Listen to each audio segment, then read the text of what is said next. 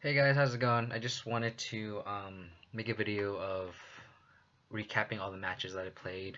I just 5-0'd a league, and I'm hoping I get the deck list posted up. And if so, then if whether it gets posted or not, it's good to just go through what happened and how I did. But this is the deck list that I ran. It's just general centralized list. The main changes is I only have one Scoos main, but I felt like I really wanted like just a general stock list, right? So I had like just 4 Lilianas. I wanted 4 Lingering Souls, 2 Siege Rhinos, and then I think the main thing is the 2 trackers differentiate the centralized list or whatever. And then I have 2 Pulse, and then 4 Paths, the big one, and then Treetop Village just to top it off. Um, and then the sideboard's kind of pretty just a bunch of the usual 3 Brutality and 75 is always solid with a bunch of burn and aggro. 2 Damnation seems really good right now with all the Hollow One and Humans and all the linear decks. 3 Fulminators for Tron, and then 2 Stylosides is standard. The spiciest card is the Grafdigger's Cage. It seems pretty good against Hollow One since it stops from all the recurring Bloodghasts and Phoenixes. And then top it up with a Thrun. With all the Jace decks online, it's either all the linear aggro decks or Thrun. So, or Jace, and Thruns are pretty good into those Jace decks. So let's make this a pretty short video. Let's just run through the 5 matches, just so you guys can see what I did, how I sideboarded and stuff. Hopefully Magic Online is cooperative. First match is against Affinity. I ended up losing this game because I punted. Um, I contemplated whether I wanted to kill the Vault Scourge on the stack, but I figured it didn't really matter. I was just gonna push it and then just push the Ravager on my turn or path it. But I wanted to see what he was gonna do. So this actually, the Welding Jar kind of screwed things up for me, but I guess it didn't matter because I was pretty much gonna kill everything. Like he was gonna try to put the counters on the main land, and I had the answer to it, so it didn't matter with the Welding Jar stack. So I mean, just put him back a whole turn, waiting like on my end, like me, waiting on pushing the Ravager, just took up his whole turn, which is all the time, like which is a shit ton of time. And then this S champion's kind of a pain in the butt. So it's a battle of S champion versus 4 Lingering Souls and a Shanley Met, so it's a pretty tight race. I figured I can try to race back because I can. It's like the Shanley Met and the S champion nullify each other pretty much, and then I'll make this screen a little bit bigger. I wonder if I can MTO Geos like.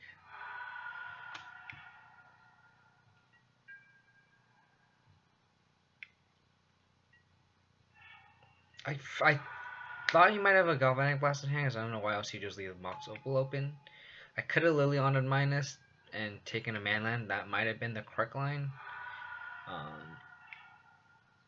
But here, I made the misplay of Thought Seizing. Because if you do the math, if he top decks a Ravager, it's exactly 7, which is exactly what happens. And he swings in for lethal. So if I just didn't Thought Seize there, or the other line was I could have left 2 Spirits back, like just to play a little bit more conservative. I really wanted to have like lethal in 2 turns. So me casting the Thought Seize is how I punted this game, and he just deals lethal. Okay. So, man, I wish there was a way to just go through. Hopefully, I'm trying to not make this too long a video. How I sideboard it is I take out the Thought Seizes and Lilianas, bring in I think 1 or 2 Fulminators, Stony Silences obviously, Damnations. Nothing too spectacular. I wonder if I can view sideboard here. Took out the trackers, that's right. So I took out all Veils. I just brought in 1 Damnation. I think I want 2, it's too clunky. Brought in 2 Fulminators.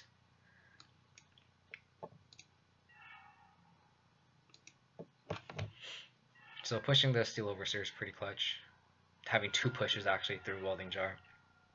And then Tarmogoyf's just gonna beat hard.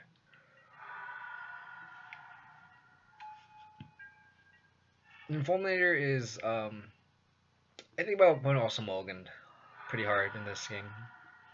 And Fulminator is a pretty big game here because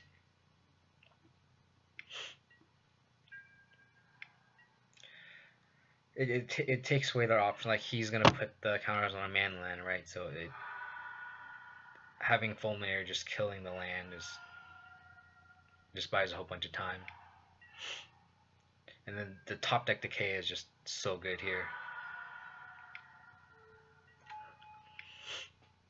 And puts a play on Ornithopter. And at this point, if he swings in, it's fine. Like, I have lethal on the crackback, so I just let it happen. I actually just decay the Ravager here. Like, more often you're like, oh, I'm just gonna kill the plating, right? But it's like, well, I actually had lethal. Tarmogoyf's to 4/5, Fulminator plus same limit's 8 exactly. So I don't this open up every time. That's rather annoying. I wonder if I can just is there like a back button? I don't know. MTGO sucks. So this is a really aggressive keep here. 1 land, Stony Silence. I figured I have 3 pieces of interaction, so even if I miss, I can just fetch Godly Shrine, do discard Path, and then hopefully I draw a land by turn 3. So this discard, I saw Rest in Peace, and everything else gets hit by Stony Silence. So I figured I just slam Stony Silence. I took Rest in Peace because it's the only card that didn't get shut off by Stony Silence, and then my opponent scooped. It's easy as that. Onwards to game 2. I'm gonna try to skip ahead. My opponent actually mulliganed to 0 game 1, I believe, if my memory serves correct. Yeah, I believe my opponent, if I remember correctly, this was against Tron, I believe. Yeah, and my opponent actually mulliganed to 0. My hand was actually pretty good. It was discarding a Goy, so I had a shot. And this, maybe I shouldn't look at this hand because it has real no interaction, but I didn't know what I was playing against, right? Like, this hand's pretty solid against the blind because I just didn't sideboard because I didn't know what I was playing against, and my opponent didn't even bother playing the game out so he doesn't even know what I'm on either. Which I think is wrong. Like, if you mulligan to 0 game 1, it sucks, right? And it's tilting, but what you should do is you should play it out. You should get as much information as you can, and you can play 1 game where you are boarded, like you have a post-board configuration, your opponent is pretty much going to play unsideboarded, right? Not like that would really matter in this matchup, but like in other matchups it would matter a lot. So a couple of turns ago I discarded and I saw Walking Ballista and Ugin with Thoughtseize, and I took the Walking Ballista, Path of 1 coil, so I'm actually pretty good here. Like, I actually have a fair shot at this game. My opponent just Ballistas for 5. So my opponent actually, I actually have a shot here. I have a big Goyf and a Grimflare, an active Grimflare, so it's a 2-turn clock. But sadly, my opponent just top decks the nuts, gets Sanctum. I forget what he cast, but yeah, he casts all his dust and then searches up whatever. It doesn't matter, with Lumog or something. It does not matter. Yeah, he searches up Lumog and I just scoop here. Can I just go back? No, I don't think I can. So I have to open this up every time. That's rather annoying. Let me just do this. So just this. So that was game 2.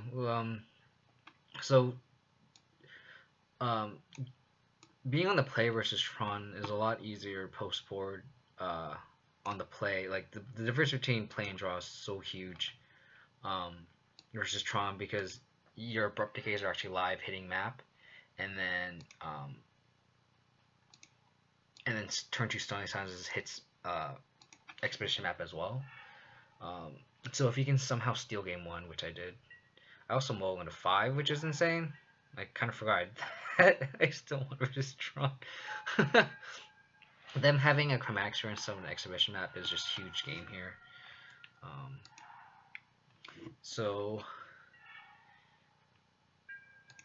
take the map. So he only has the Urzer's Tower. He has 2 Urzer's Towers and no other Tron pieces. I get pretty lucky here. Ancient Stirrings and misses on another Tron land. So it's actually pretty lucky for sure. I play Grimflare over Tarmogoyf because I want to get a hit in and then search for lands. So he just keeps digging with Stirrings, finds more eggs, which is super lucky for us. He's not finding any Tron lands. So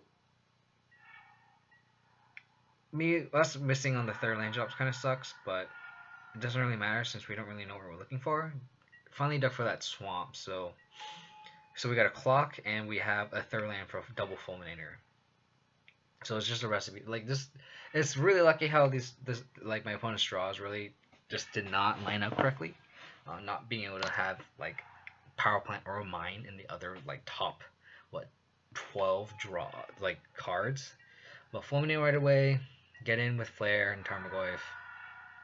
I was hoping to hit Delirium here, but what are you gonna do? So he plays a mine that he searched up, so I'm blowing that guy up right away.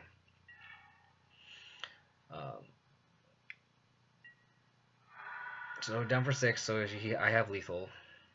So I'm just going to mill everything, even Stony Suns, just to make my Tarmogoyf that much bigger. To just blow it up right away so he doesn't have access to aliens. So he just claims his own star to gain enough life, which is weird because it doesn't increase it doesn't decrease the clock. I still have 10 power and he goes up to 10 life. Him Stirrings up a relic is a pretty big game here. Because it just takes away lethal. I play Liliana plus just discard Grimflare just so I can have Tarmogoyf be not an 0-1. Just milling everything. And I just need him to whiff on 1 draw step here with the mine. And this reflex got cut short. He passed the turn. And I actually top deck an Inquisition and I Inquisition him and he concedes after that because I can put a sorcery in the bin and then put this instant in and my Goyf's a 4/5. And that's exactly 6. So sometimes MTGO's replay system kind of sucks. Doesn't actually have it sometimes just cuts it short, which is weird. So 2-0, again, beat Infinity and Tron. Tron was definitely lucky, but you need luck to win, right? You need a lot of luck to go XO at a long tournament. Anyone will tell you that who's been successful. I fetched up Overgrown Tomb, hoping that I can just hit another land off the top for Collective Brutality, which I do. I just discard a Rhino. So this is a super lucky hit. I hit Lead the Stampede off my Collective Brutality. I like to escalate early on in this matchup to try to hit a company, and hitting Lead's just as good. So I'm gonna take a big hit here, down to 10.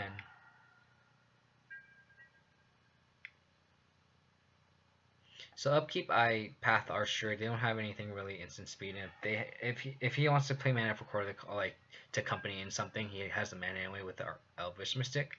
So me pathing on my turn gives him 4 mana anyway. So it doesn't really matter if I path on my turn. I'd rather just do an upkeep. So me top decking that Damnation was huge.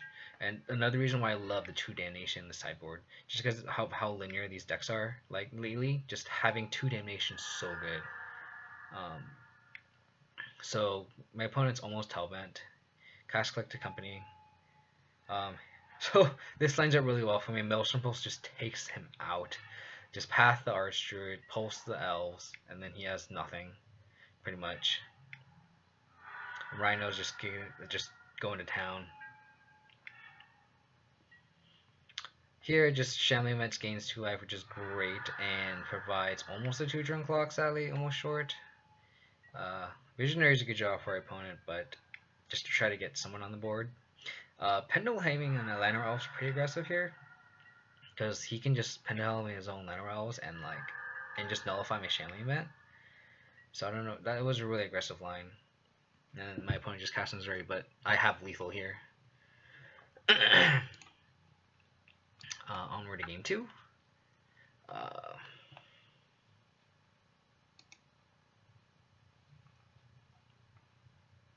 It's funny because my opponent's name is Cryptic Remand, and I'm pretty sure he's not playing a blue deck, because why would he have that as his name? That's like a huge tell. That's like me putting like Siege Rhino as my name or something, you know?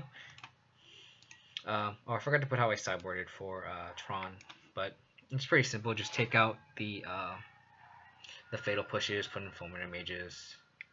So you can see like what's in my sideboard, so you can kind of see what I took out and what I took in. Brought in the 2 Damnations and the Liliana Lost Hope. I actually shaved Veils here. So this actually might have been game 1. Because I remember I don't want to... Oh, did I just click the same... Oh, I did the same replay. Sorry, guys. Because I draw Damnation here, right?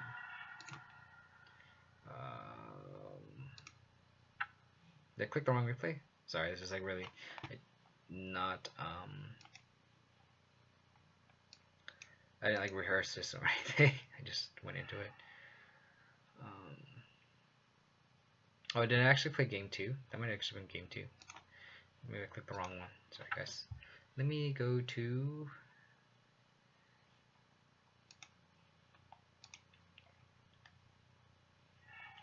If I remember correctly...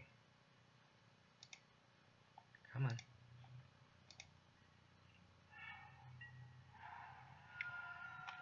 Yeah. I might have played game 2 first. Sorry, so this is game 1.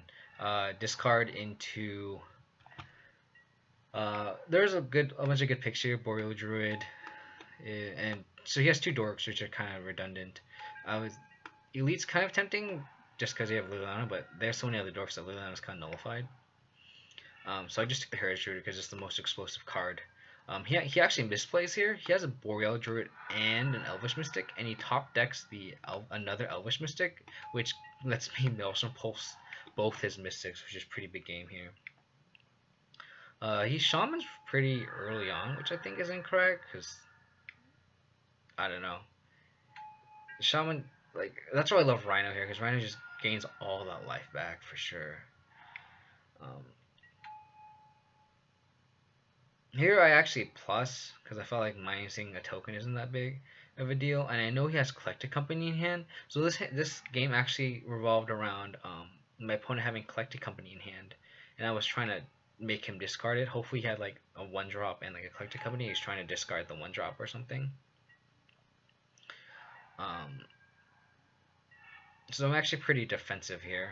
I can't really attack because I want to protect my Liliana because she's so close to ultimating. My opponent actually whiffs. Like, his Coco is actually pretty underwhelming. A Shaman and a Llanowar Elf. Like, he deals damage with the Shaman, but I mean, my life total is actually pretty high. So now he actually makes an incorrect attack into my Liliana, which is weird. He actually scoops because I think he forgot I had Shambling Event, so I can just go block the Elite, block the Shaman, and then trade off the Dork and the token. So Liliana only really takes 3. I wipe out his whole board minus take a Shaman. So I mean, maybe it was better off him just waiting and then I just ultimate Liliana.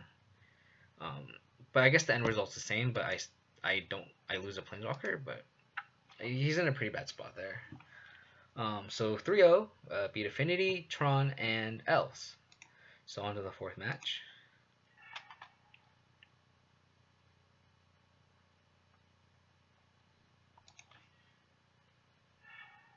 So pretty solid hand. You never guess it. Another Elves matchup. I don't know if this is the right take. He had 2 Devoted Druids, a Heritage Druid, and a Nettle Sentinel. And I took the cord. I figured I didn't have I'll just like his hand is so mana intensive. I'll just give him all the mana. Like, I don't care. Like, have all the mana you want. I'll take the cord. Um, so here, I actually, it's kind of rough because I drew a treetop village, so which kind of delays my turn a little bit. I actually would prefer to have like pulse the druids here. Um,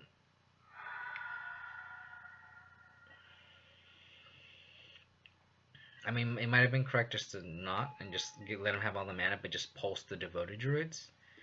So I actually ended up not pathing anyone, and I just pulsed the druid so it prevents him from comboing off. Um, so it's a little rough here because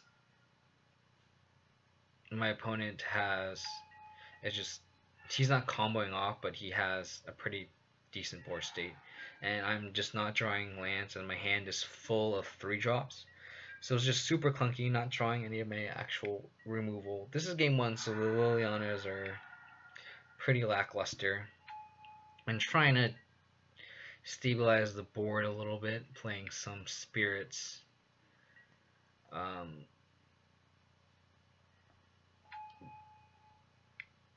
but I think my opponent plays a Lord, yeah, and then that's just game. Like, I'm not dead yet, but I don't think I draw a removal spell, so that's game. Trade for the Heritage Druid, and just don't draw anything.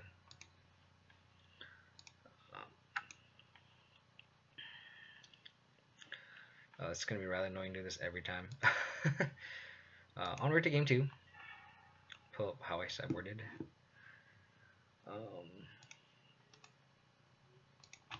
Again, this is like what's my cyber, so you kind of have to derive what I did. I actually kept in 1 Liliana on the play. Took out 2 souls, boarded the 2 damnations, and the last hope, and then just all the brutality. Here I just I -2 my stone escalated, but I whiffed on hitting a duress mode, which is fine. My hand's pretty awful and just super flooded. So my hand's actually really bad because I believe I mulligan this game. My opponent again has all the mana in the world with multiple Heritage Druids and a Nettle Sentinel, so he's gonna have all the mana. He's gonna go off if he really wants to. But luckily here, I another Maelstrom Pulse. Like having 2 Maelstrom Pulse in the main has been so good. And I've been 2 for 1ing everything this whole league. So my opponent quartz for 2 here and actually gets a Scavenging Ooze, which is pretty good. But luckily I have a Fatal Push for it. But here now it's I'm just flooding out hard. But luckily my opponent seems like he ran out of gas.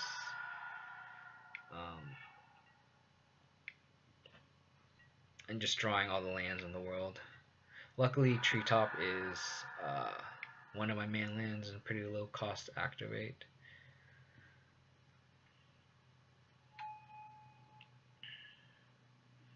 So we're just grinding away here. Like we're in a good spot here. We just need to draw decent. Tarmogoyfs are pretty decent.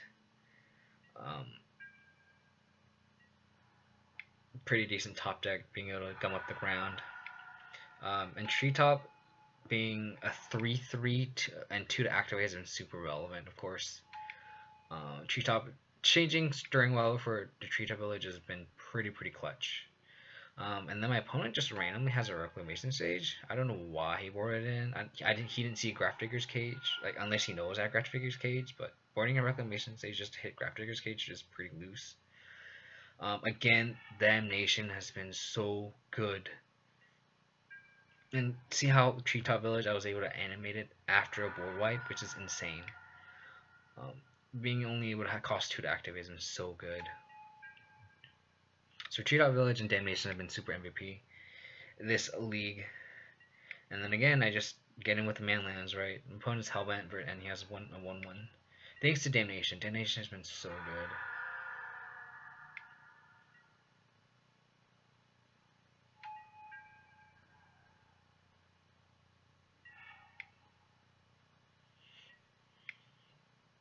So here I just send it in.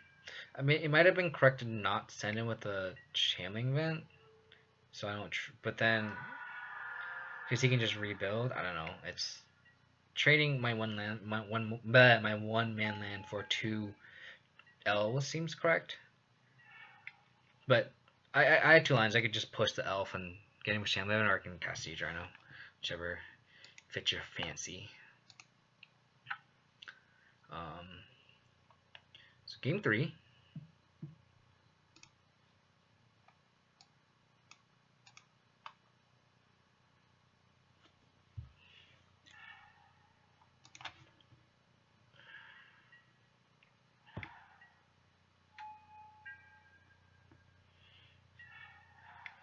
God, that damnation.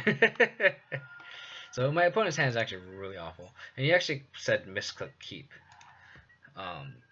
But Collect the Company is one of those cards that gets you in there.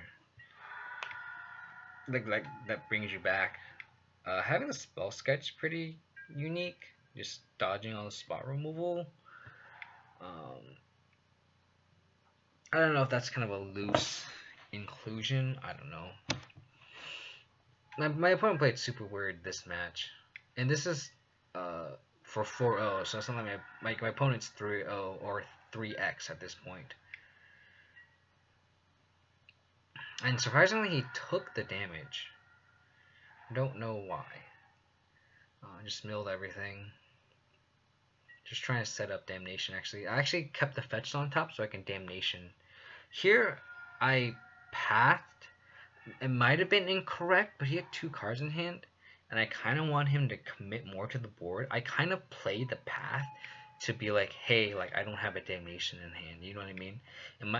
To kind of give like a false signal. Because like knowing you have that Damnation in hand, you're like, oh, I don't want a path, right? I kind of wanted my opponent. I don't know. It might have been incorrect, but I don't know. I felt like I wanted to make my opponent commit more. I actually misplayed here. I fetched after I stacked Ungrim Flare, so that was just a misplay on my part. And then I just have a Scavenging Ooze versus whatever leftovers, and my opponent is just Hellbent. I think he just flooded. So here oh, sorry, it's the next turn. I actually misplayed a little bit with my Scavenging Ooze. Here, I swung in, and I only activated my Scavenging Ooze once. And I don't know why I didn't activate it twice. But it actually screwed me over a little bit. Like, it gave me a loose out. Because my opponent would have been at 6, and then it just makes my Scavenging Ooze lethal with only 1 activation. Luckily, I have Pulse and Scavenging Ooze, which is what I'm saying. Like, I could have Pulsed and Liliana made my opponent sacrifice Chameleon Colossus, and then I'd have exactly lethal with 6. Luckily, I just top deck a push, so I just got super lucky there. Like, that was a super misplay. I should have just exiled a creature with Scavenging Ooze, have a 7/7, opponent's at 6, and I could have done cast 2/3, 3 current mana cost removal spells, and win the game. This is actually interesting here because my opponent actually courted for Chameleon Colossus, and he was 1 land short from double pumping this Chameleon Colossus to 16 power. So that I at the time I was like, I just need him to whiff on a land, and he actually drew the Heritage Druid. So just got super lucky there. So 4-0, beat Affinity Tron and 2 elves. Last match for all the marbles for the perfect 5-0.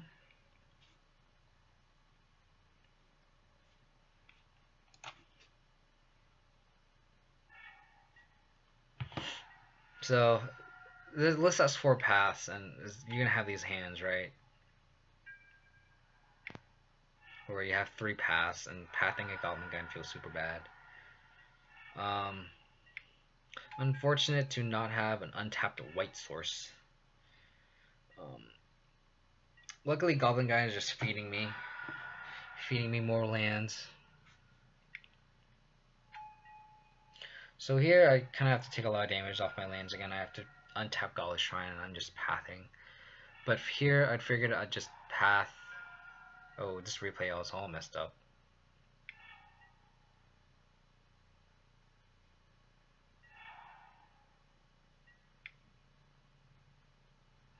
Yep. So I ended up, I'm hoping that I can just minus the Liliana here, take care of the Grim Lavamancer, but he plays another one.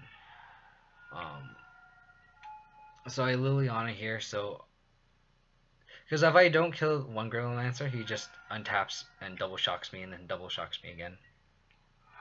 So him just a target's commanding, making his Grim Lavamancer bigger, and then swinging for lethal with Burst Lightning, which is weird.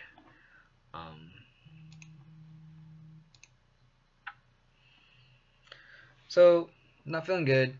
Luckily, we have 3 Collective Brutalities in the sideboard that gets brought in.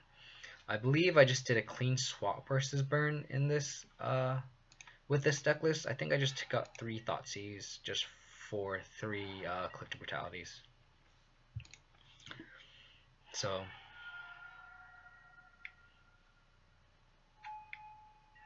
just told up Swamp to push whatever. Drawing a basic forest is actually pretty good for us, so I can just put his Grimflare unmolested without taking any damage.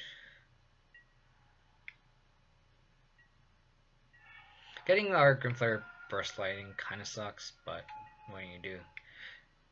And this is why I like Tracker. Tracker is not a 4-drop when you don't need it to be. So I just escalated, discarded the path that I couldn't cast, and then he bolts my Tracker, which is unfortunate for us because it takes their clock away. But taking his, like him bolting our Tracker and not our life total is always never a bad thing. He suspends Rift Bolt. So you have to also have to be conscious with our life total in multiples of 3. So going 9 to 8 is not big of a deal. But going from 8 to 7 is actually kind of a big deal just to play around Boros Charm if you think your opponent's on White Splash, but all I saw was green, so I felt comfortable going from 8 to 7 if you need be. And Scavenging Ooze is a bomb top deck because it gains me life and has a big beef, like it's a clock. And if you see there's an Eidolon and a Grimflayer in the graveyard, so I had lethal on board. So last game for all the marbles on the Dragon's Burn, which is not what you want to be in, but it is what it is. Hearts, I'm like shaking at this point playing this game. So this is also really greedy keep, 1 land.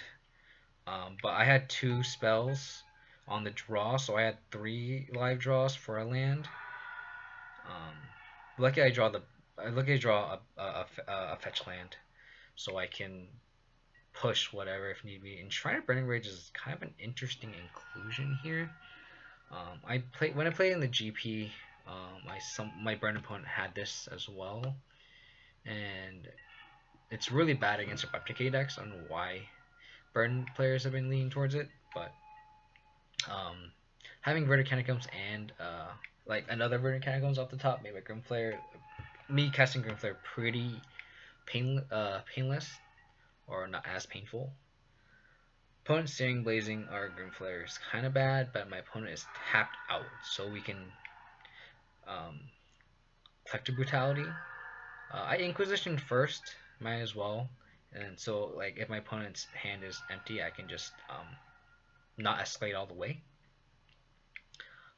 So then just Merciful to Shrine. So this position is kind of weird because my opponent's at 12, but no cards in hand, and I'm at 7 after this Rift Bolt. And our clock is just going to be Lingering Souls. So top decking the Goyf's big game here. And see how I didn't flashback Souls? I figured that I'm going to actually pause the game here.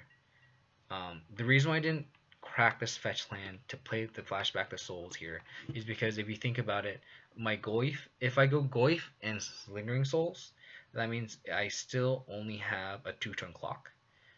In contrast, if I just go Tarmogoyf and then cast back Souls again, that's 5 plus 7, that's 12. Sorry, so if I go Attack with Tarmogoyf goes down to 7, and then I just wait and flash back Souls, like me immediately flashing back Souls doesn't shorten the clock at all. You know what I mean? So if I go me going 7-7 and 5-7, there's no difference. Like my opponent's at 12. So me having my life at 7 instead of 6 is huge. So here, my opponent goes from 12 to 7, play the Chain Link Events, and then flashback Lingering Souls. So it's the same clock. And then my opponent just didn't top anything, and I won. So 5-0, baby. Hopefully, I'm recording this the day after I 5-0'd, so I don't know if it's gonna get posted or not. But I'm posting this. I'm gonna post this on YouTube, so people can see how I sideboarded, how the list performs and stuff. So hopefully this is good content. If you guys like more of these kind of videos, let me know. I feel like I play better not on streaming. I think it's just a known thing that when you stream, you don't play the most optimal way because you're thinking about chat, you're interacting with this and that, you're not 100% focused on the game.